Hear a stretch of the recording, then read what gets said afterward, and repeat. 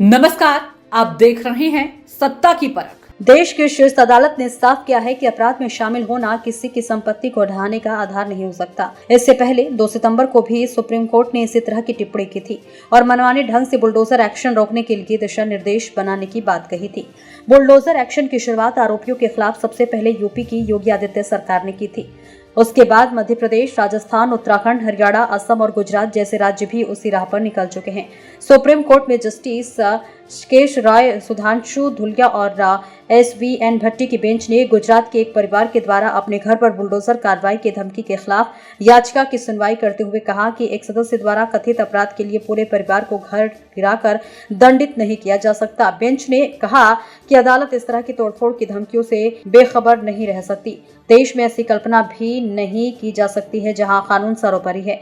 Supreme court में bulldozer justice पर सख्त और गंभीर टिप्पणी की है। कोर्ट ने कहा कि सरकारी अधिकारियों का ऐसा करना देश के कानून ध्वस्त करने जैसा है। वहीं राजस्थान के करौली जिले के टोडाभीम में बुलडोजर लेकर अतिक्रमण हटाने पहुंची SDM सुनीता मीणा महिला की अभद्रता का शिकार हो गई। तो वहीं अतिक्रमण हटाने की कार्रवाई के दौरान एक महिला ने SDM के बाल खींचकर अपना विरोध व्यक्त किया। SDM सुनीता मीणा 2 दिन पहले टोडाभीम से ट्रांसफर होने के बावजूद अतिक्रमण हटाने की कार्रवाई के लिए जाना कई बड़े सवाल खड़े कर रहा है। इस दौरान ग्रामीणों ने SDM पर अवैध वसूली के आरोप भी लगाए हैं। ग्रामीणों का आरोप है कि SDM खातेदारी की जमीन पर बने मकान पर कार्रवाई करने गई थी। ट्रांसफर होने के बाद SDM के अतिक्रमण हटाने की कार्रवाई में रुचि लेना कुछ तो संदेह व्यक्त कर रहा है। वहीं पिछले दिनों बुलडोजर कार्रवाई का विरोध कर रहे असम में 2 नागरिकों की मौत हो गई। बुलडोजर एक्शन पर सुप्रीम कोर्ट के 3 जजों की खंडपीठ ने कहा कि सरकारों की बुलडोजर जैसी कार्रवाई को देश के कानून पर बुलडोजर चलाने जैसा माना जा सकता है।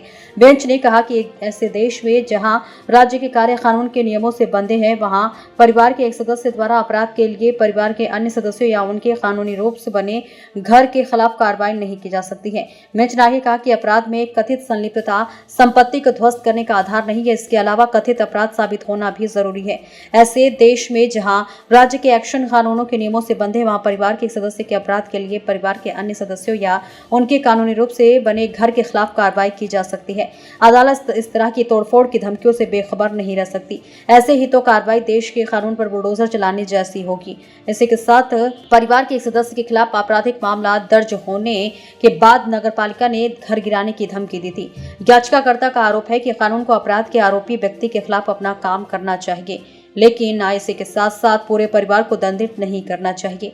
याचिका में बताया गया है कि परिवार पिछले 2 दशकों से जिस घर में रह रहा है, उसके निर्माण में कोई गैर कानूनी बात नहीं है।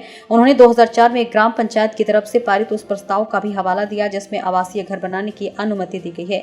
देश की सर्वोच्च अदालत ने बुलडोजर एक्शन पर सख्त टिप्पणी के बाद सपा प्रमुख अखिलेश यादव ने फैसले का स्वागत करते हुए बीजेपी को आगाह किया है, जो काम आप कर रहे हैं उसका प्रयोग कल आपके लिए भी होगा। वहीं समाजवादी पार्टी के सांसद डिंपल यादव ने प्रदेश की योगी सरकार पर जुबानी हमला बोला।